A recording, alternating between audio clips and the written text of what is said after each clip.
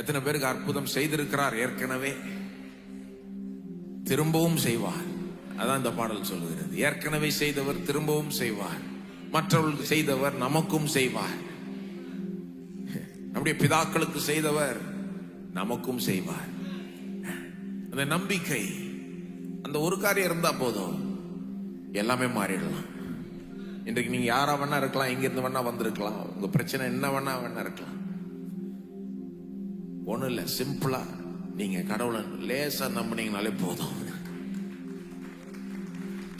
கடவுள் ஏதாவது செய்வார், எனக்கு நன்மை செய்வார், என் சூழ்நிலையை மாற்றுவார். சொல்றேன், லேசா நம்பி பாருங்க என்ன நடக்குதுன்னு பாருங்க. நீங்க